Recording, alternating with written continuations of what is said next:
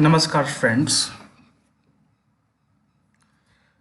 We have been talking about various aspects of modern age, especially modern poetry. So far, I have been talking about a brief historical background and the kind of technical experiments or innovations without which the very concept of modern poetry is impossible. I also talked about T.S. Eliot as a poet, and today in this video, I shall be giving a small, precise introduction to his magnum opus, The Waste Land. The Waste Land was published in the year 1922 in the magazine The Criterion in London. And in the same year, it got published in the Dial in New York, US. There are different approaches to look at the poem, but the basic approach and the most important approach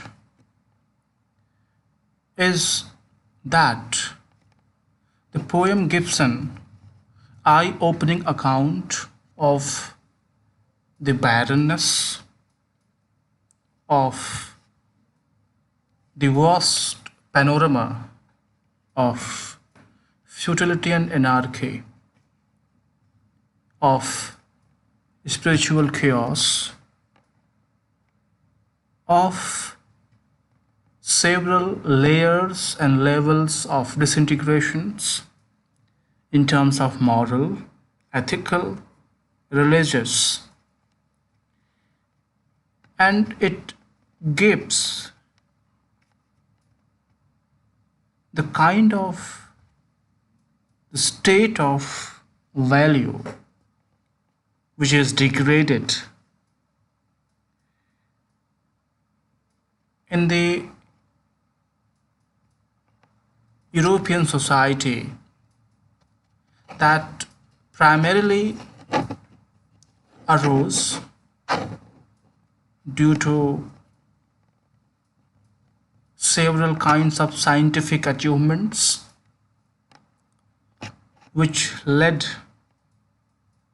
to the emergence of industries and industrializations, and the side effects of this process,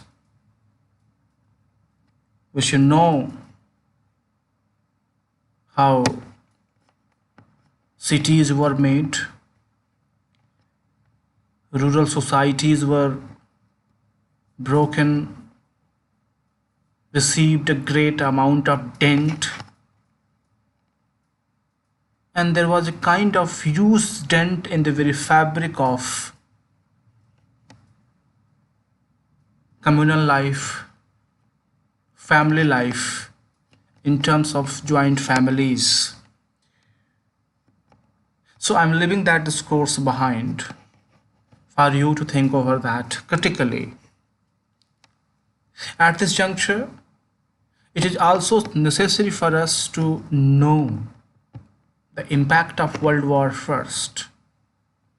How World War First brought a huge amount of rupture, a huge amount of demolition, a huge amount of destruction that involved all the major so-called developed countries of Europe, and the whole Europe turned out to be graveyard.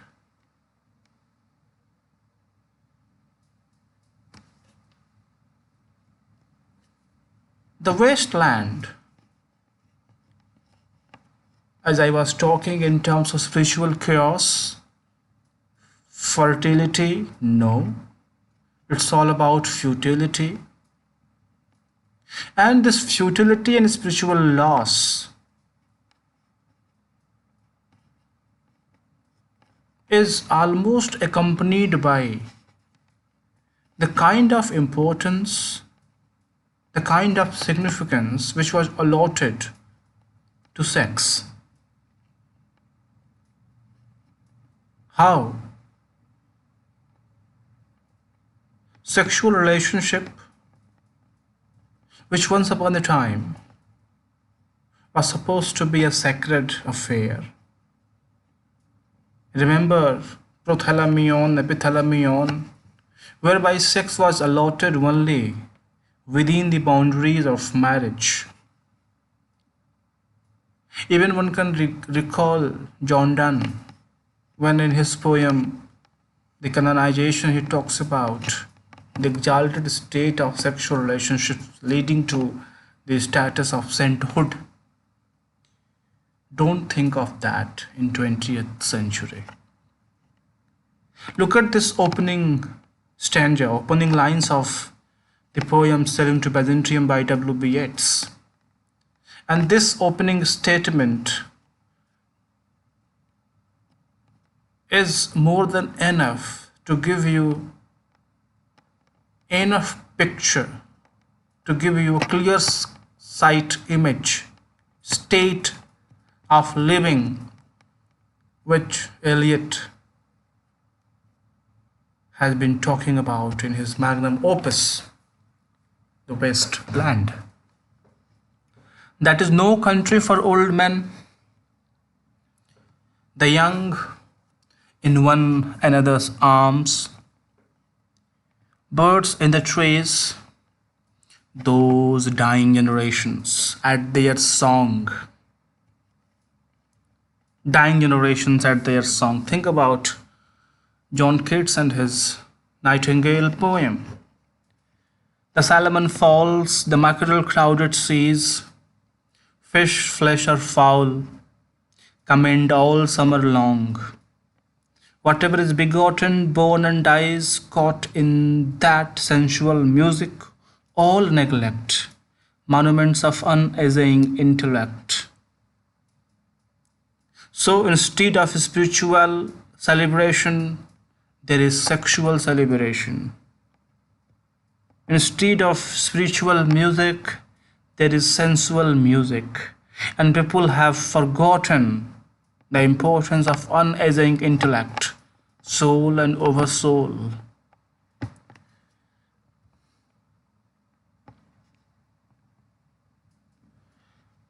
The poem, The Wasteland, talks about the spiritual wasteland and the isolation of man from God.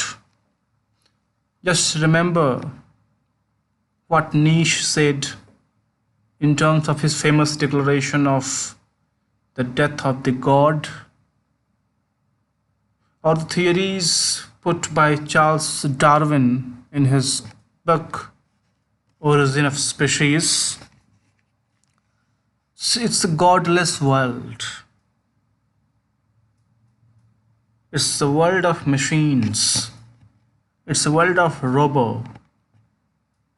There is no instinct left, no emotion left. And people are bound to live a life in death and death in life. Remember St. Coleridge's poem, The Rime of Ancient Mariner.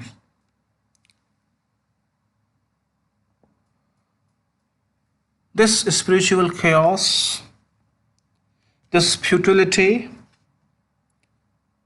has been the integral part of human societies. I'm saying societies.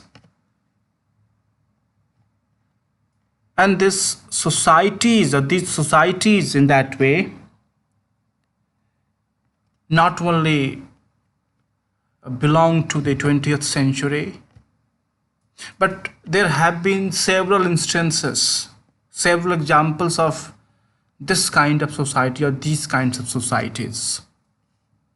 And when T.S. Eliot, in his essay Tradition and Individual Talent, he talks about the pastness of the past, that is, one should have the thorough knowledge of one's cultural richness, cultural heritage.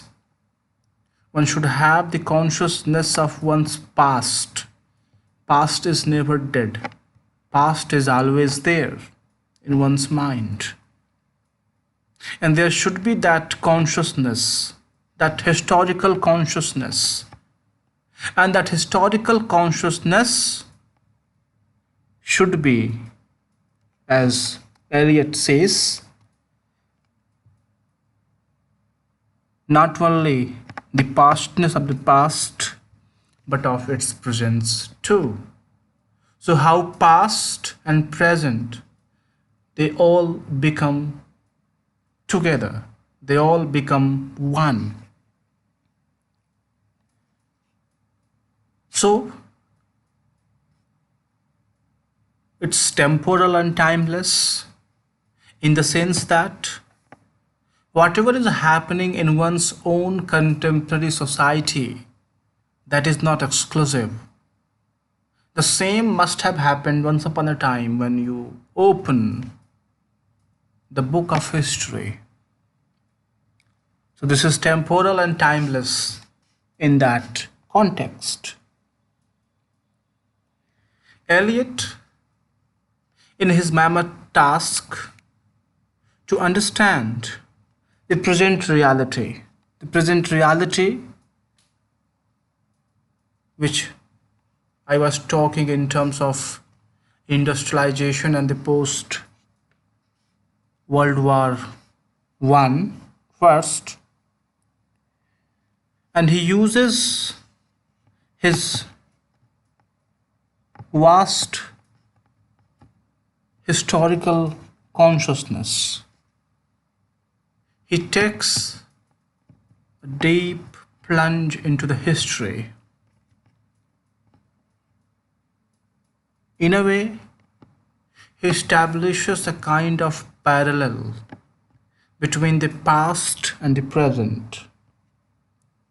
And this is done by a method which is called mythical method. The mythical method that arose in the light of vast studies carried out in the fields of myth and anthropology. We have different writers and anthropologists who have been working immensely in this area. As far as literature is concerned, T.S. Eliot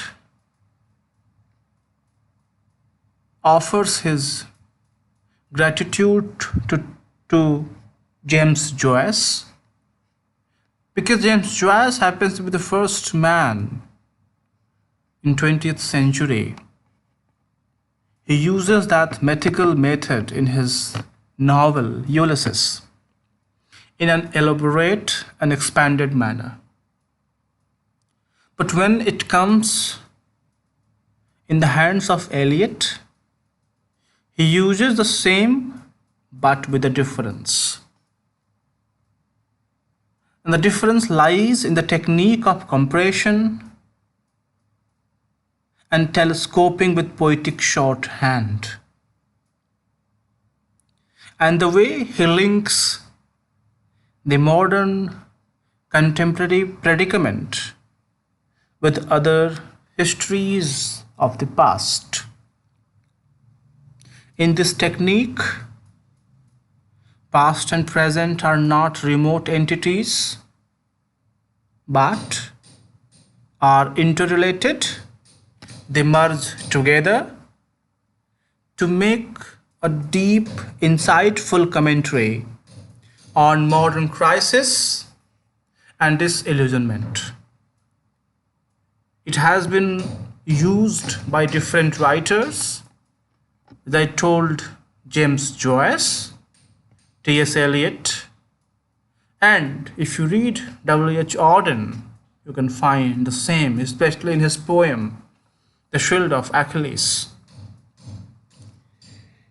In the last of 19th and the beginning of 20th century, there have been serious studies in the field of myth and anthropology. So we have Miss Jessie Weston and her book From Ritual to Romance, which was published in the year 1922. And in this book, Miss Jessie Weston talks about famous myth of the Holy Grail, as well as she talks about the biblical wasteland which took place in the regime of Fisher King.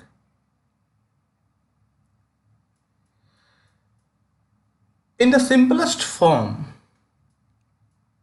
the myth of Fisher King or Holy Grail relates to the impotent king, and due to this impotency, there has been a kind of drought, starvation. The kingdom was cursed, the king was cursed.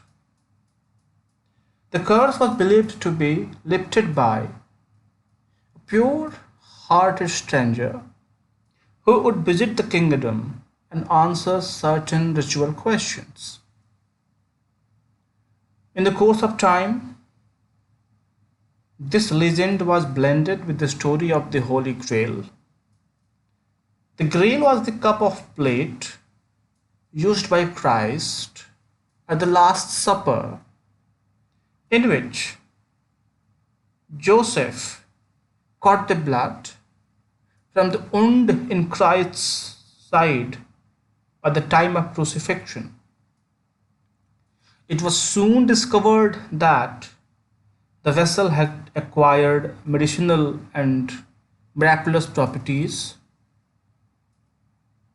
and steps were at once taken to build temples for organizing the worship of the holy vessel.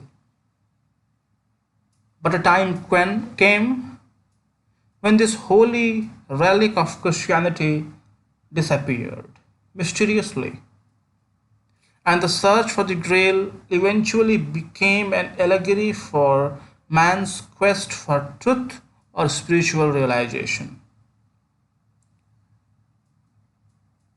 The great Victorian writer Alfred Lord Tennyson adopted this Grail story for his Idylls of the King, where he makes Sir Galahad the immediate knight of King Arthur's Round Table and the leader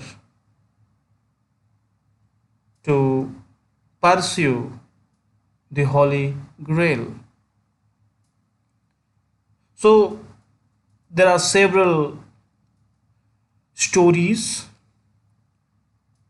So the basic line is the Holy Grail happens to be in a chapel perilous. Nobody can reach there but somebody who is sexually pure, and in spite of the purity, he has to undergo several trials and tribulations, has to answer questions, then only he could be in a position to take hold the Holy Grail. This must be followed by the ritual of the washing of the maimed king's feet before the advent of the blessed rain, announcing the return of fertility to the king and to his dry kingdom.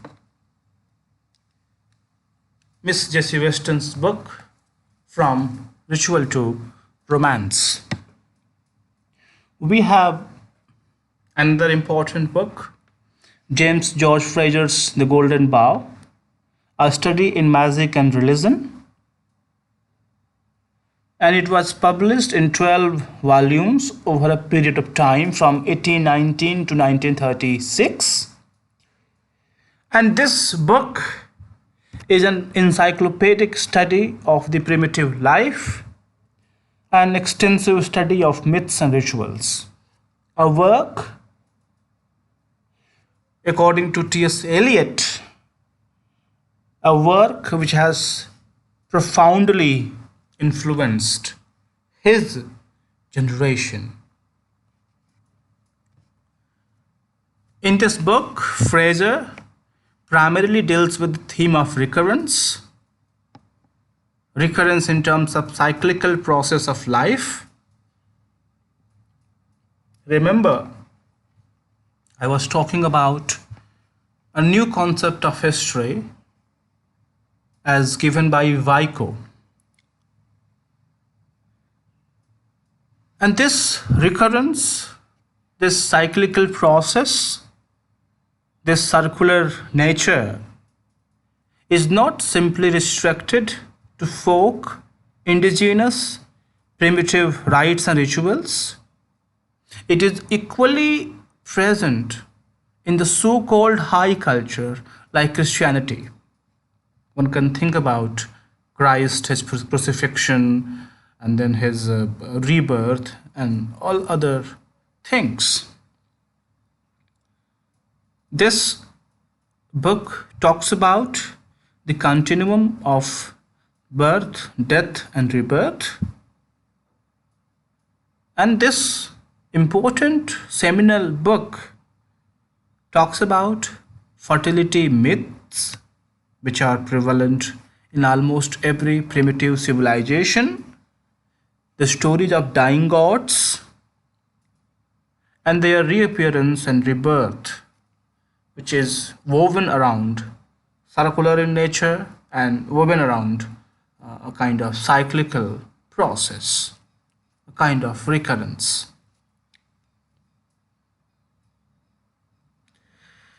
Structure.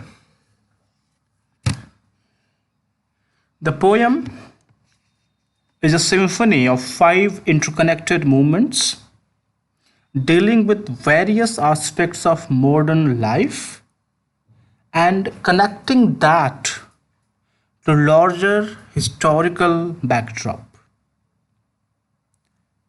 T.S. Eliot, in one of his essays, The Music of Poetry, beautifully sums up the structure. And there he writes, the use of recurrent theme is as natural to poetry as to music. There are possibilities for verse which bears some analogy to the development of a theme by different groups of instruments. There are possibilities of transition in a poem comparable to the different movements of a symphony or quartet. There are possibilities of contrapuntal arrangement of subject matter. So it beautifully sums up and clears that this poem is created out of different divergent statements, different divergent fields, different in terms of differences, and they all have been clubbed together into a poem, The West Land. As I told, the poem has 5 movements. So the first movement is the burial of the dead, and the immortal lines, April is the cruelest month. So the second movement is a game of chess, where the poet talks about different kinds of stories through a game of chess, the kind of manipulative attitude, the kind of plottings, the kind of conspiracies, where all the energy is channelized to seduce, to rape, and to get into the kind of sexual abyss. The fire sermon, here we have from the eastern India, not eastern India, we have from eastern countries. India is one of those countries, east. So we have Buddhism, Lord Buddha and his fourfold theories, fourfold preaching, whereby he talks about fire in terms of desire, kamana. And we have in West St. Augustine and his Confessions, where he talks about desire. And it would be quite interesting to see these East-West encounter and the way they have been juxtaposed in the poem, The Wasteland, and in the movement, The Fire Sermon. Death by water simply takes us back to the kind of affiliations, associations which we have been associating with water, and it also relates itself to the James George Fraser's book, The Golden Bough. And what the thunder said, the famous movement which talks about Prajapati and his da da da datta damyatandayadhvam, which shall be talked about in details once we begin with the poem, The West Land. Tiresias. Tiresias is the protagonist of this poem. We have been seeing Tiresias in Sophocles, in Euripides, in Pindar, and in Ovid. In Greek mythology, he is a Theban seer, a very powerful man. There are several stories regarding his existence, but the most important and universally accepted one is that once he saw snakes mating, and it is said that one should not witness the mating of sexes, mating of snakes. So he committed a crime, and as a result, he was turned into a woman. He not only saw the mating, he also disturbed that process by a stone. So he was turned into a woman, and he lived in that state for 7 years. Again, he saw the mating and then he was returned to his original form.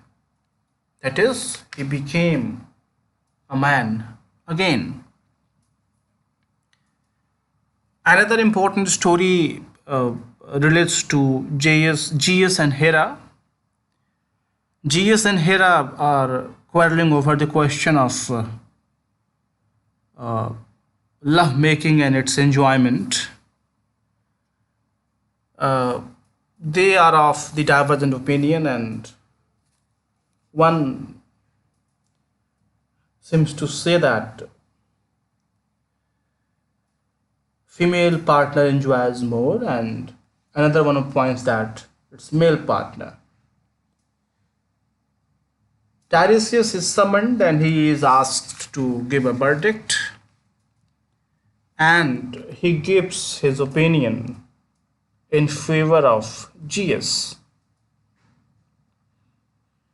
This enraged Hera, and she at once cursed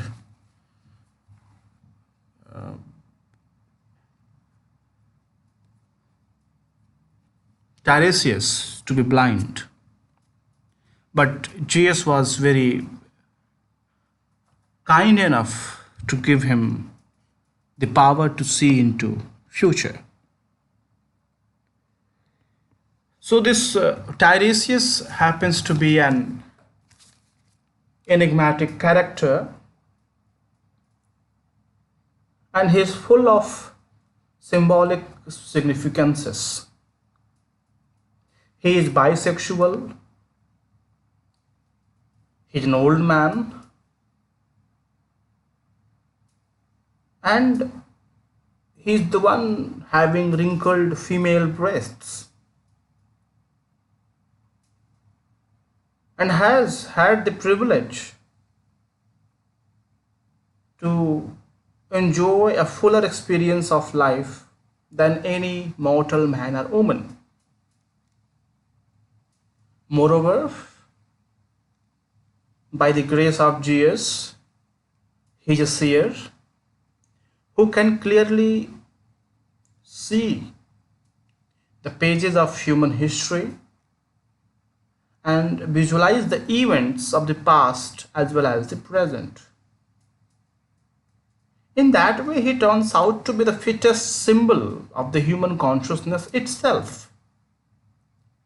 The accumulated experience and knowledge of the race acquired during his long and devious passage through the immense stretch of time. He is the sensitive and enlightened mind of humanity, watching the depressing spectacle of the modern society fallen from the ancient height into the oblivion of the old values and sanctities. He is at once a relic of the past and a scion of the present, at once a prophet and a spectator of the agonizing drama in contemporary history, and a participator and fellow sufferer with a superior insight into the meaning of the ghostly masquerades that is called human life. Psychologically speaking, he can well be taken as the conscience of humanity, who is banished and disowned by the thoughtless men and women, but still strong enough to prick the bulbs of their illusions, joys, hopes, and complacency. He is the voice of sensitive humanity, deploring the depiction of spirituality in the modern world and probing into the strange disease which it has mistaken with criminal nonchalance for health. Thus, Tiresias happens to be a fit symbol comprising all the complexities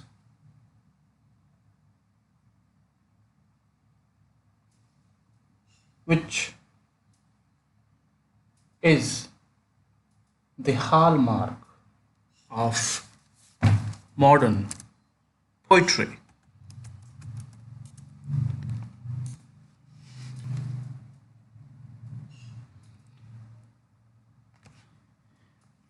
Dedication and epigraph. The poem is dedicated to Ezra Pound, for he made a jumble of bad passages into a poem. Eliot writes so. Ezra Pound was given the mammoth task of trimming and pruning, and he did it exceedingly well. That's why the poem is dedicated to Ezra Pound, where he declares Ezra Pound to be Il miglior fabbro, the better craftsman. This phrase is taken from Dante's Purgatorio, Divine Comedy, in which the author pays tribute to Oront Daniel, a 12th century Italian poet. The epigraph is taken from Petronius' Satyricon, a Roman satirist who wrote in 1st century AD. And here he talks about one boy, Trimalchio, talking to his fellow friends, drunkards, about the women of Sibyl at Cumae.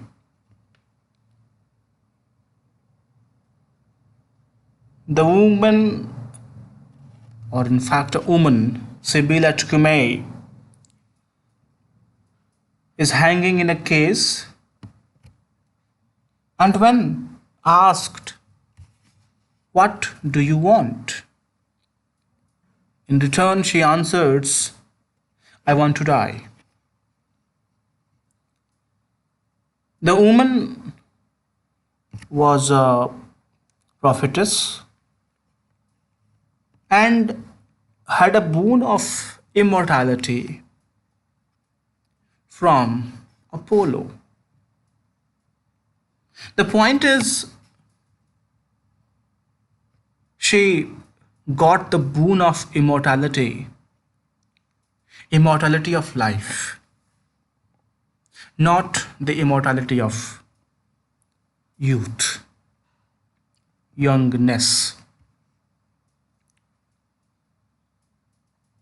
And she was granted this boon and was given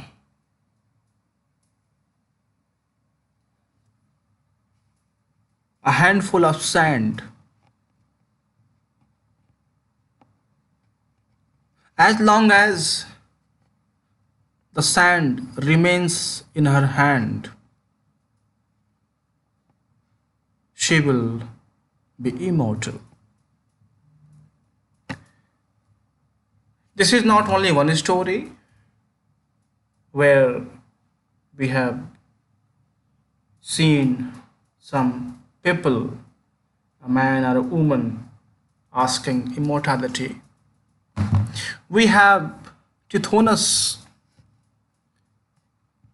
on whom Tennyson wrote the poem Tithonus. There, Tithonus fell into love, rather, the goddess of dawn fell into love with Tithonus, and Tithonus asked immortality. Again, he forgot to ask the immortality of life or immortality of youth, youngness. He became very old. He suffered a lot. And finally, he invokes his lady love. And his lady love, out of mercy, transforms Tithonus into a grasshopper. So, be it the women Sibyl at Cumae or Tithonus, or any common man of modern times or postmodern times, the point is not that one should have a big life in terms of longevity, in terms of length, but one should have a big life in terms of contentment, in terms of happiness. And the contentment and the happiness, not in terms of sensual pleasures, sexual pleasures, material pleasures, but in terms of spiritual awakenings, in terms of spiritual consciousness, in terms of in terms of the process to listen to the call of the soul, the desires of the soul to meet the over soul, to devote oneself, to surrender oneself to the service of God.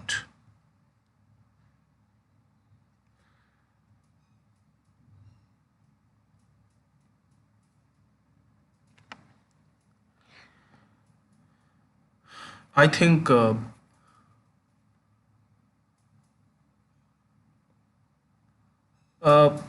yes, so I have been talking about a brief introduction to the poem. It's quite possible that several things might have been left, but no issue at all. I shall come up with another video and we shall discuss the poem The Wasteland in details. Thank you.